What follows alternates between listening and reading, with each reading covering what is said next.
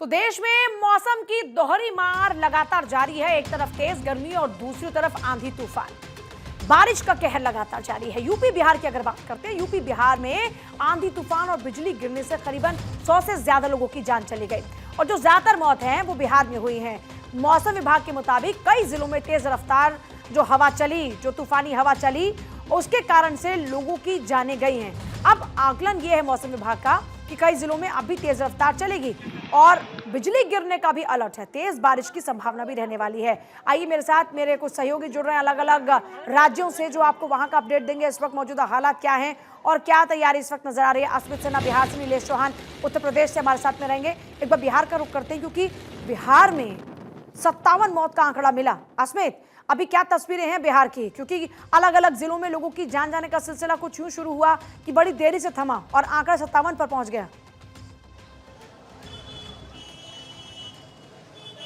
नहीं, 57 लोगों की मौत हुई है कल बारिश के कारण। और पूजा देखिए, अभी फिलहाल मैंने पहले ही बताया कि सरकार की तरफ से मुआवजे का ऐलान हुआ है, लेकिन आपदा प्रबंधन विभाग ने आज भी पटना के लिए और बिहार के कई जिलों के लिए अलर्ट पर रहने के लिए कहा है। अभी तो दोपहर का वक्त है तो कड़ी धूप है, लेकिन शाम होते होते अगर मौसम ने करवट लिया तो फिर से वही मंजर देखने को मिलेगा जो कल जिस तरह से बारिश हुई, और वो बारिश नहीं बल्कि काल की तरह आया और 57 लोगों की उसमें जान चली गई। फिलहाल सीएम नीतीश कुमार ने भी वहाँ के सभी जिलों के एसपी और डीएम को ये निर्देश दिया है कि अगर वैसा अलर्ट है तो फिर सावधानी बरतने की इसमें ज़रूरत है और लोगों को घर में रहने के लिए कहें, क्योंकि ये पहले ही कहा गया है आपदा प्रबंधन विभाग की तरफ से कि अगर इस तरह का अलर्ट आएगा तो जितने देर का अलर्ट होता है तब तक आप घर से बाहर ना निकले। फिलहाल सभी जगहों पर जहां पर लोगों की मौतें हुई है वहां पर चीख पुकार मचा हुआ है। नालंदा नीतीश कुमार का गृह जिला है और वहां पर सबसे ज़्यादा मौतें हुई हैं पूजा। वहां पर 22 लोगों की जान गई है और ये बताया जा रहा है कि लोग उस समय काम कर रहे थे घर के बाहर। उसी समय बिजली गिरने से और भारी बारिश के कारण जिस तरह से मौत का आंकड़ा सामने आया, ये चौंकाने वाला है। फिलहाल सरकार पूरी तरह से सतर्कता बरतने की कोशिश कर रही है। की घड़ी में मुख्यमंत्री उनके बीच में पहुंचेंगे या फिर ये आर्थिक सहायता देकर ही बात यहाँ पर खत्म हो जाती है? दूसरा ये कि लोगों को अलर्ट करने के लिए क्या इंतजाम किए जा रहे हैं, क्योंकि आपने जिक्र किया कि गांव में लोग ये फोन और टीवी पर इतना ज्यादा रहते नहीं, वो अपने काम में व्यस्त रहते हैं, तो ऐसे लोगों को कैसे अवेयर किया जाएगा इस आने वाले खतरे से?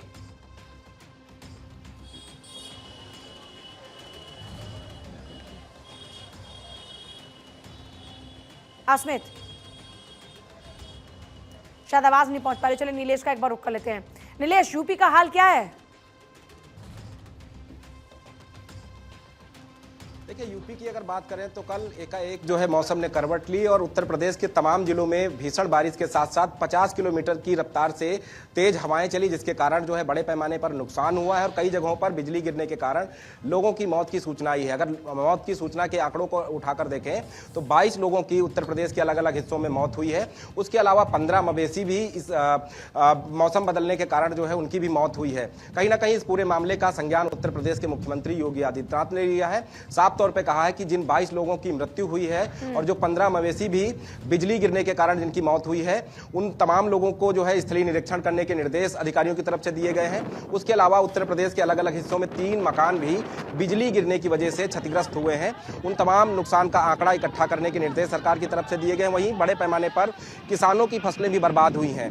एक और जहां किसानों ने गेहूं काटकर खेतों में लगा रखा था और अंतिम समय चल रहा था कि वो अपनी फसलों को तैयार करके अपने घरों को ले जाएंगे ताकि अपने आने वाले समय में अपने बेटे और बेटे की शादी उन फसलों को बेचकर करेंगे। कहीं ना कहीं उन तमाम चीजों को देखें तो मुख्यमंत्री ने किसानों के हित को देखते हुए फसलों के नुकसान का आंकड़ा अधिकारियों को एकत्रित करने के निर्देश दिए गए हैं और राहत और बचाव कराने के लिए जो है बड़े पैमाने पर अभियान चलाकर किसानों के पास पहुंचकर उनकी जो फसलें बर्बाद हुई, चाहे वो आम की फसलें हों, गेहूं की फसलें हों, उनका आंकड़ा इकट्ठा किया जाए ताकि किसानों को समय पर उनका मुआवजा दिया जा सके। उसके अलावा जहां जहां पर मौतें हुई हैं वहां पर भी अधिकारियों को, जिलाधिकारी को, स्थानीय अधिकारियों को मौके पर जाने के निर्देश दिए गए हैं।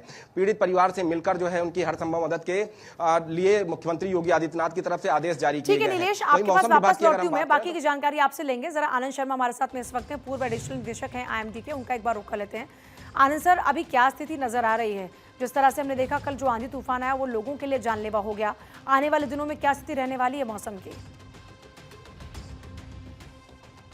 डायरेक्टर जनरल हूं जी, ठीक है, जरा टीम इसको अपडेट कीजिएगा। सर बताइएगा।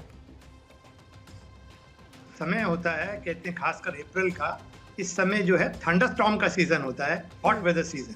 और इस समय कहीं से नमी आ जाए, कोई सर्कुलेशन बन जाए तो हीटिंग तो होती ही है बिल्कुल, तो झमाझम खासकर आफ्टरनून में थंडरस्टॉर्म हो जाता है, जिसके चलते आपका बिजली कड़कती है, शावर आता है और स्क्वाल यदि झक्कड़ जिसे तेजी से जो है विंड स्पीड बढ़ती है, 50, 60 और इवन 70 किलोमीटर प्रति घंटा की रफ्तार की हवाएं चल सकती हैं, जिनके चलते पेड़ उखड़ सकते हैं, होर्डिंग उखड़ जाती हैं और तरह तरह के नुकसान पॉसिबल हैं और ओलावृष्टि भी होती है। तो और खासकर जो हमारा बिहार का रीजन है और वेस्ट बंगाल का रीजन इस समय ये फेमस है काल बैसाखी। काल नाम ही काल है, ये काल लेके आता है जी अपने साथ, तो मतलब काल का मतलब मृत्यु। तो इस समय इस सीजन में वैसे ही हम लोगों की पहले से ही तैयारी होनी चाहिए कि जब हम हॉट वेदर सीजन में काल बैसाखी के सीजन में एंटर कर रहे हैं तो इस तरह के जो झक्कड़ आते हैं, थंडर स्टॉर्म्स आते हैं, तो हमारी प्रिपरेशन पहले से ही रहनी चाहिए। और मौसम विभाग तो इतने दिन से बता ही रहा था। और साथ के साथ एक और था कि आपका एक पश्चिमी विक्षोभ जो कि उत्तर पश्चिम भारत को खासकर इस समय इफेक्ट कर रहा है, इवन दिल्ली के आसपास के इलाके, उत्तराखंड में जो है और पहाड़ी इलाकों में, जम्मू कश्मीर से लेकर सब जगह जो है इस समय जबरदस्त बारिश और अधिक ऊंचाई वाले क्षेत्रों में बर्फबारी हो रही है, तेज से हवाएं चल रही हैं, ओलावृष्टि हो रही है। तो ये पूरा जो नॉर्थ वेस्ट इंडिया और इवन के साथ साथ जो यूपी और बिहार और इवन नॉर्थ ईस्ट, ये सब रीजन में इस समय जो है थंडरस्टॉर्म की जो है ये बढ़ जाते हैं और यही स्थिति अभी बनी हुई है। और अभी 1-2 दिन जो है ये जो स्थिति बनी रहेंगी, खासकर आपके नॉर्थ वेस्ट इंडिया के अंदर भी और पश्चिमी यूपी और इससे सटे बिहार, इस रीजन के अंदर इसका प्रभाव देखने को अभी मिलेगा। तो लोगों का भी सतर्क रहना चाहिए, खासकर आज और कल में। और कहीं कहीं तो पहाड़ी क्षेत्रों में भारी वर्षा भी हो सकती है और झक्कड़, तेज हवाएं। और जैसे कि आपने कहा, बिल्कुल यही समय होता है कि गेहूं की फसल हमारी पकी होती है और नेचुरली तेज हवाएं यदि 50-60 किलोमीटर की रफ्तार से चल जाएं तो बालियां पकी होती हैं, हैवी होती हैं, तो उससे वो फसल गिरने का डर रहता है। और खासकर बारिश भी आ जाए तो फिर फसल गीली हो जाती है और फिर काफी देर फिर सूखने में समय लगता है, नुकसान होने का खतरा बना रहता है।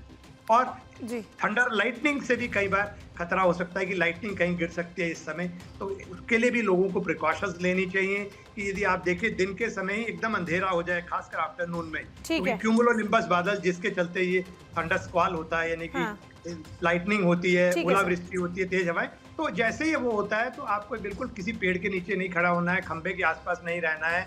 इमीडिएटली आप कोई घर है या आसपास कोई ऐसी जगह है उसमें चले जाइए और आप उससे अपने आप को बचा सकते हैं। ठीक है सर, मैं आपके पास वापस लौट रही हूँ। डॉक्टर सुरेंद्र नाथ भी हमारे साथ में हैं। सुरेंद्र सर, आप क्या सुझाव देंगे लोगों को? देखिए, जिस तरह से आप देख रहे हैं, मौसम विज्ञान विभाग द्वारा पहले भी एडवाइजरी जारी की जा चुकी थी कि इन दिनों में थंडर स्टॉर्म और बादल के गरज के साथ बनने। इसका कारण देखिए ये होता है जब कई जगह से मॉइस्चर फीड आपस में इकट्ठा हो जाता है। बंगाल की खाड़ी से भी मॉइस्चर फीड थ्रो हो रहा था लगातार पूरे उत्तर भारत में, मध्य भारत में। इसी के साथ बंगाल की खाड़ी से भी मॉइस्चर फीड आ रहा था और उधर वेस्टर्न डिस्टर्बेंस था। जब 3 से 4 तरह की हवाएं आपस में मिलती हैं, टकराती हैं, उनसे जो क्लाउड फॉर्मेशन होती है वो निश्चित रूप से बिजली चमकने वाली, बिजली गिरने वाली, ओले गिराने वाली।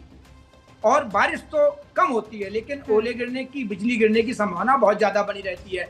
इसमें इसीलिए एडवाइजरी जारी करी जाती है कि किसान इन दोनों थोड़ा सतर्क रहें और खेतों पे ना रहें, बिजली खंभों के पास ना रहें, पेड़ के नीचे ना खड़े हों और जो पक्के स्ट्रक्चर है वहां जाके अपने को सुरक्षित कर लें।